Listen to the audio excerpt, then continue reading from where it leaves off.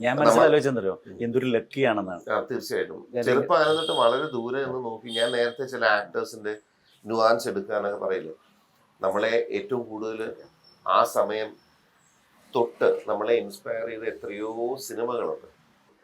പല സിനിമയുടെ റെഫറൻസ് പറഞ്ഞാൽ അതൊക്കെ എൻ്റെ ആസ് എ ഫിൽം മേക്കർ എന്നെ ശരിക്കും സഹായിച്ചിട്ടുണ്ട്. ഞാൻ പല ആക്ടേഴ്സിനെയും ബ്രീഫ് ചെയ്യുന്ന സമയത്ത് എൻ്റെ ഇൻസ്പിറേഷനിൽ വന്നതൊക്കെ ഈ പറയുന്ന ലൗഡായിട്ടുള്ള മൊമെന്റുകളില്ല, ലാലേട്ടൻ ചെയ്തിരിക്കുന്ന ചെറിയ കാര്യങ്ങളുണ്ട്, അറിഞ്ഞോ അറിയാതെ ചെയ്തതാണ് ചെറിയ കാര്യങ്ങൾ.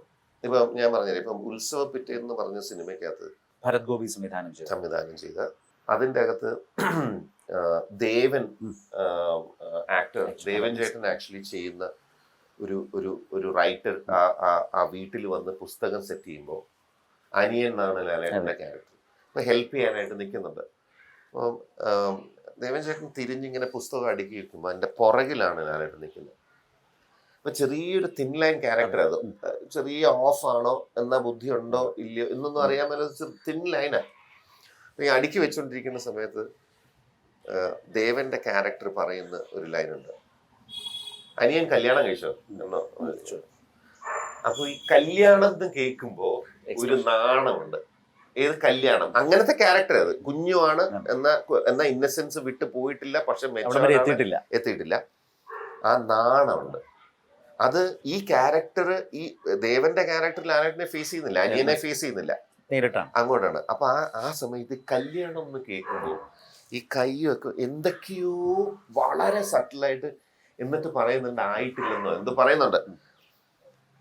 അത് ആ സീൻ എടുത്ത് സൂക്ഷിച്ചു നോക്കിയാൽ പുള്ളിയുടെ കൈയുടെ മൂവ്മെന്റ്, കണ്ണിന്റെ മൂവ്മെന്റും ഒക്കെ മനസ്സിലാക്കാൻ പറ്റും. ഈ വളരെ മൊമെന്ററി ആയിട്ട് വന്നതായിരിക്കും അതൊക്കെ, എനിക്കറിയില്ല.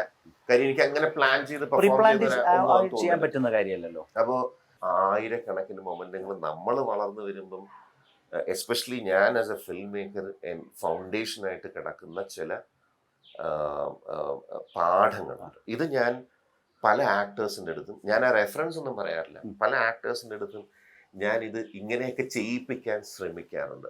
ഞാൻ പറഞ്ഞ അങ്ങനെയൊക്കെ ഉള്ളൊരു ഞാൻ വന്ന ബാക്ക്ഗ്രൗണ്ടും ഞാൻ കടന്നുപോയ അവസ്ഥകളും നമ്മളെല്ലാവരെയും പോലെ എല്ലാവരെയും പോലെ ഞാനും ഹ്യൂജ് ഫാനാണ്. അപ്പൊ എന്നെ ഇങ്ങനെ പ്രൊട്ടക്ട് ചെയ്ത് ആ സമയത്ത് ചെയ്യുന്ന ചില കാര്യങ്ങളും, അല്ലെങ്കിൽ എൻ്റെ അടുത്ത് പറഞ്ഞു തരുന്ന ചില കാര്യങ്ങളൊക്കെ ഈ നേരത്തെ പറഞ്ഞ പോലെ മഹാഭാഗ്യമാണ്. അത്ഭുതത്തോടു കൂടിയായിരുന്നു ഞാൻ ആ ദിവസം